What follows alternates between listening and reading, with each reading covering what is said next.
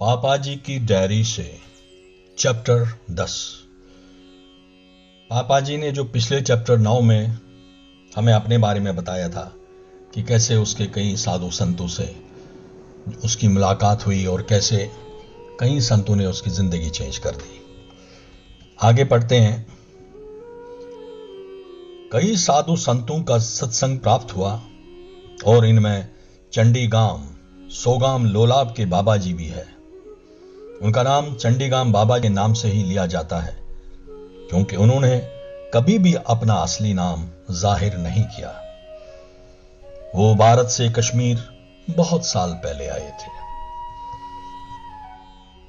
पहले वो बारामूला कश्मीर में गंगनर आस्थान में कुछ देर ठहरे थे, फिर चंडीगढ़ चले गए। दिन रात दोनी जलाते रहते थे और दम मारते थे।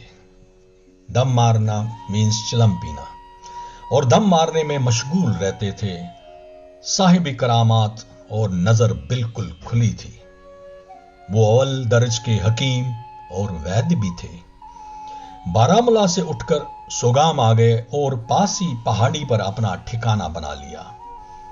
अपनी करामात से एक चश्मा भी वजूद में लाया जिसे बिल्कुल निर्मल जल निकल जाता, और इसी जल में नहाना बाबा जी का असली नवीद था।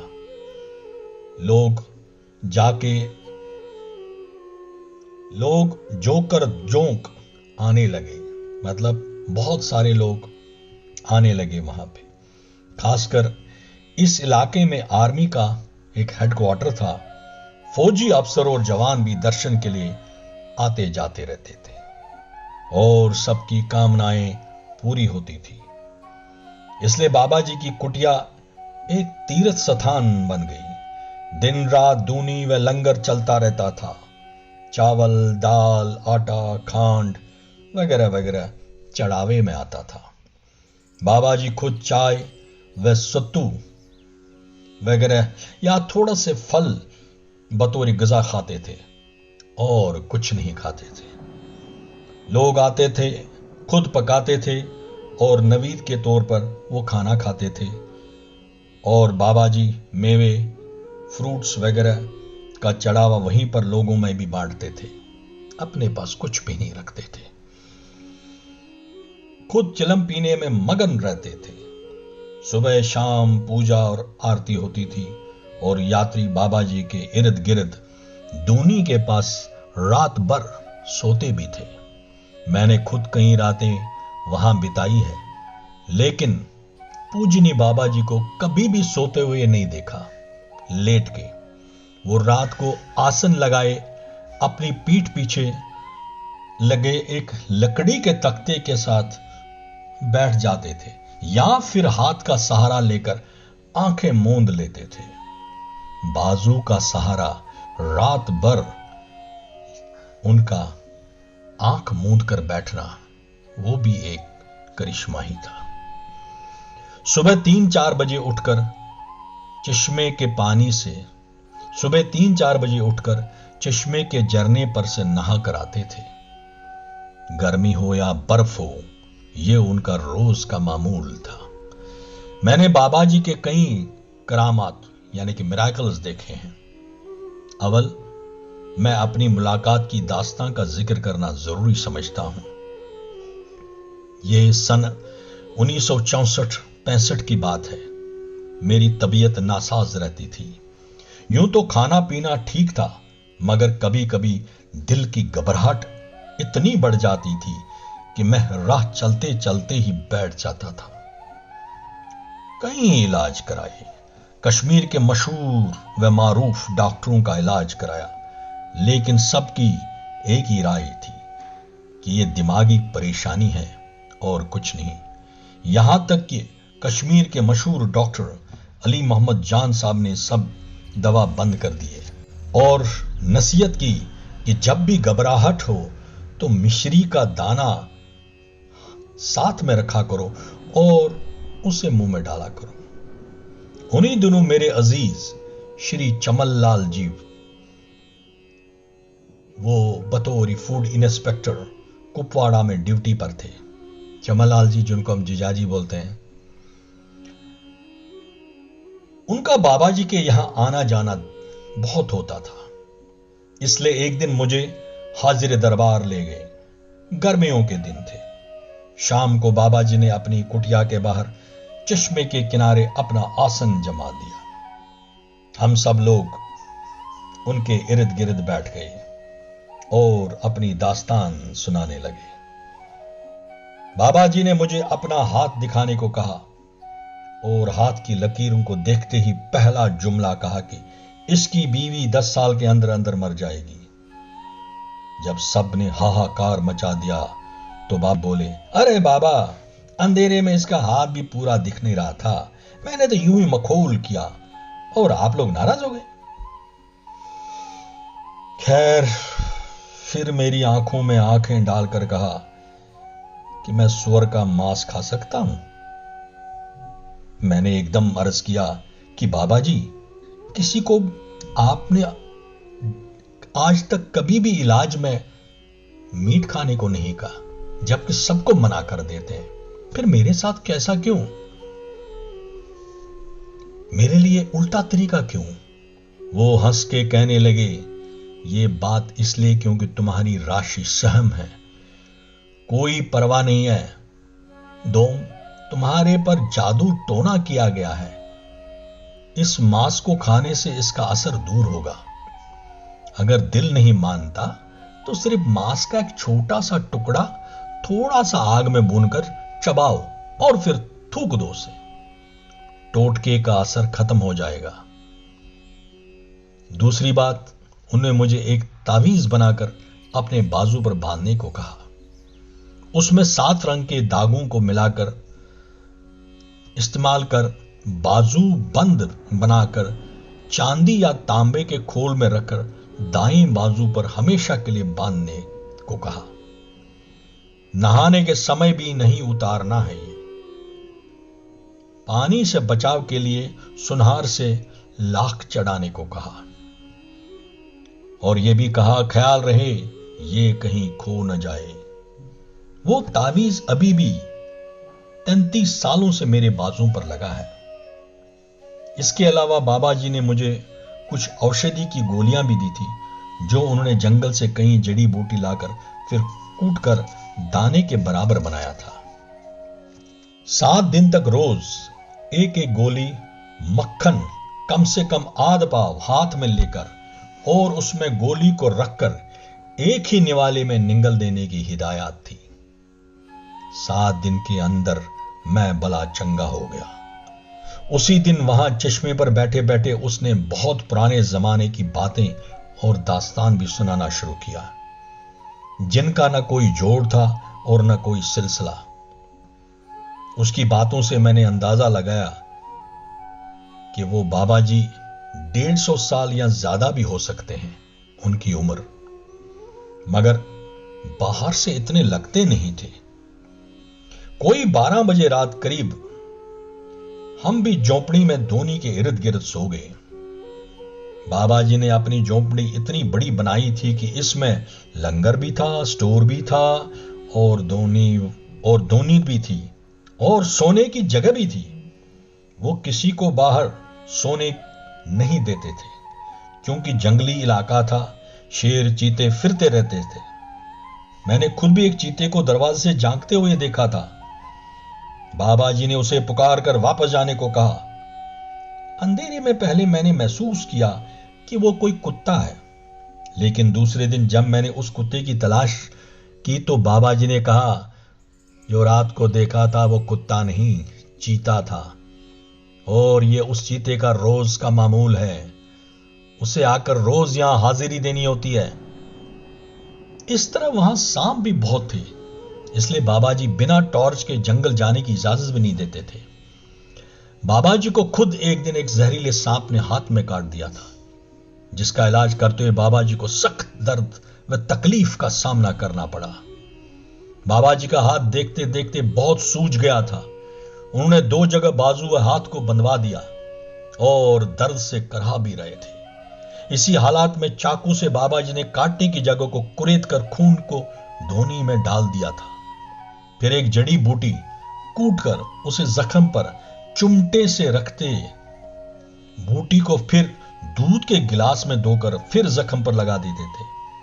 दूध का गिलास काला होता था। फिर दूसरा दूध का गिलास लाया। आहिस्ता आहिस्ता वैसा ही हुआ, दूध बिल्कुल काला रंग हो गया उसका।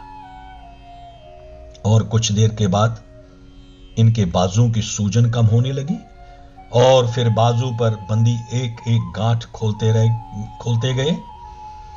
दूसरे हाथ से वो अपनी चलम पर चलम पीते रहे, कराह भी रहे थे और चलम का कश भी मार रहे थे। कोई 3-4 घंटे के बाद रात को 12 बजे वो जहर सारे का सारा निकालने में कामयाब हुए, उसी बूटी की वजह से। सांप को मारने की इजाजत नहीं देते थे। बाबा जी ने कहा था कि यह कोई पुराने जन्मों का हिसाब किताब है जो पूरा हुआ है, वरना मैंने उसे दूर ही रखा था ताकि उस पर कोई और पांव न रखे और वो अपनी जान गंवा बैठे। यह भी कमाल था। उसको जड़ी बूटियों की पहचान और इसके इस्तेमाल उसके रूहानी करामत से भी कम न थे। जो भी आता था उसका सारा कच्चा चिट्ठा खोल कर रख देते थे। एक बार पंजाब से एक स्कूल के बच्चे और टीचर वगैरह भी दर्शन को आए थे। इनमें से एक टीचर ने बाबा जी से कहा कि आप पुलिस या आर्मी में भर्ती क्यों नहीं होते ताकि देश की सेवा करो। यहां जंगल में रहकर यूं ही वक्त जाया करने में क्या फायदा। बाबा जी ने चिलम का दम मारकर उसकी ओर देखकर कहा, इस मास्टर जी ने अपने ही मां बाप को घर से निकालकर अपने भाई का हिस्सा भी हड़प दिया है। जिस हकीकत को ये सारे बच्चे और टीचर भी जानते हैं और अंदर ही अंदर इस पे थूकते हैं। मुझे क्या नसीहत करते हो।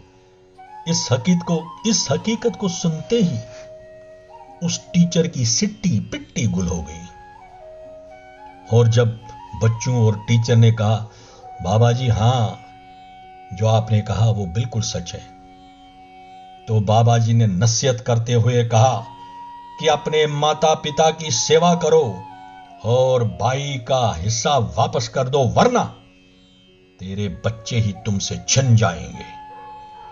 यह श्राप सुनकर वो कांप गया, सारी शेखी खत्म हो गई और आकर दंडवत प्रणाम किया, गिड़गिड़ाया।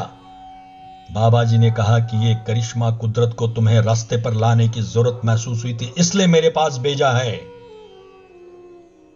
बाबा जी ने सब लड़कों और टीचर्स को खाना भी खिलवा दिया। उन्हीं दिनों मुझे नया मकान बनाना था। सोपोर न्यू कॉलोनी में प्लॉट अलॉट हो चुका था, लेकिन जेब खाली। मकान बनाने के लिए गवर्नमेंट ने कर्जा भी देना था, मगर वो बहुत कम राशि थी, उसे कुछ भी नहीं होना था। इसलिए हाजिर दरबार होकर बाबा जी से इल्तिजा की, बाबा जी मकान बनाना है। बाबा जी ने जोर देकर कहा, हां बनाओ, जरूर बनाओ। मैंने अपने पैसों की कमजोरी बयान की तो वो बोले, इस साली लक्ष्मी पर क्या भरोसा, इधर से आती है उधर से निकल जाती है। कुछ सोचकर कहा कि क्या मैंने 7 चश्मों का पानी जमा किया है। यह पानी बुनियाद के वक्त पूजा करते हुए बहुत जरूरी होता है। पहले यहां के चश्मे में गंगा जल से ले जाओ और जिस वक्त पूजा करनी है तो पहले मेरे पास आ जाना। मैंने बाद में यही किया। बुनियाद मकान डालने से पहले बाबा जी के पास गया। उनने कुछ जड़ी बूटियां देकर बुनियाद मकान के चारों कोनों में और एक दरमियान में डालकर तब काम शुरू किया। यह 1967-68 की बात है। काम जब शुरू किया, कितनी ही बाधाएं आई, लेकिन सबका हल निकल जाता था। कोई 1 साल के बाद मकान का काम पूरा हुआ। मैंने जब सब कर्जदारों वगैरह का हिसाब जोड़ा तो मैं खुद हैरान था कि पैसे आया तो कहां से आया, क्योंकि बाजार का ज्यादा बोझ न था।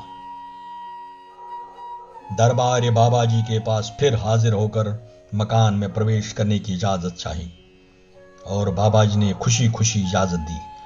और आखिर में फिर से बोला, देखा लक्ष्मी साली कमाल है, इधर से आई उधर से निकल गई और मकान भी तैयार हुआ। सचमुच करिश्मा ही था मेरे लिए, क्योंकि मुझे जब भी पैसों की जरूरत पड़ती थी, कभी महसूस होती थी, तो खुद ही खुद दोस्त आ जाते थे, रास्ते खुल जाते थे। यहां तक कि कुछ नेक पुरुषों ने खुद ही आकर मुझे चुपचाप पैसे दिए।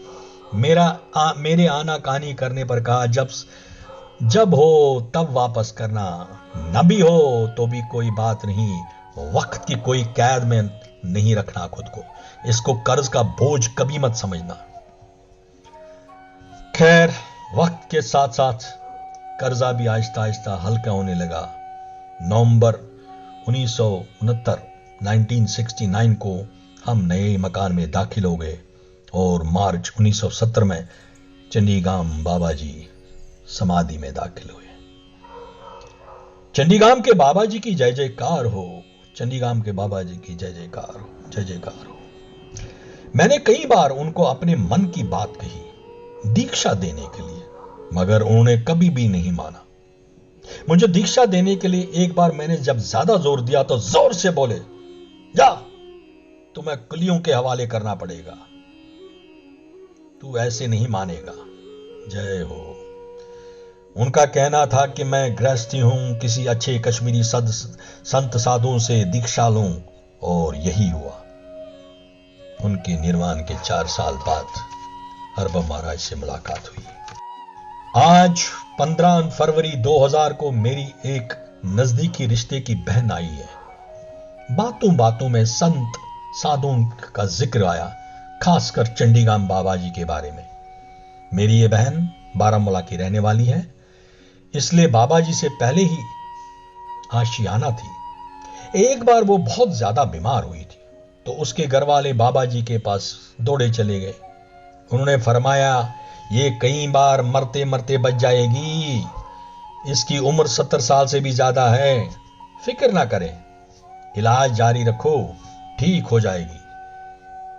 तबीयत सुधारने के बाद वो बाबा जी के पास चंडीगाम गई, तो बाबा जी कुछ औषधियां देकर बोले और तावीज भी दिया और ताकीद की वो कभी भी मांस न खाए। उन दिनों उसका कोई बच्चा भी नहीं हुआ था। बाबा जी ने भविष्यवाणी की, पहले एक लड़का होगा, फिर लड़कियां और लड़के आएंगे। जो कुछ उन्होंने कहा था वो 16 आना सच निकला।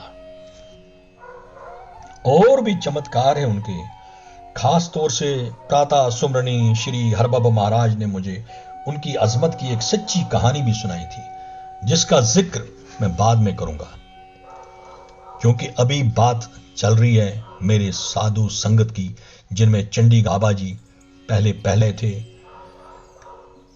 कश्मीर में संतों की कोई कमी नहीं थी। पहले पहल में इन सबसे खौफ ज़दा था, दूसरा शायद वक्त का तकाजा न था इस राह पर जाने का। कबाली हमले की अफरा तफरी में दूर कुफारा के कई संत महापुरुष शोपोर में आर्जी तौर पे, टेम्परेरी तौर पे रहने लगे।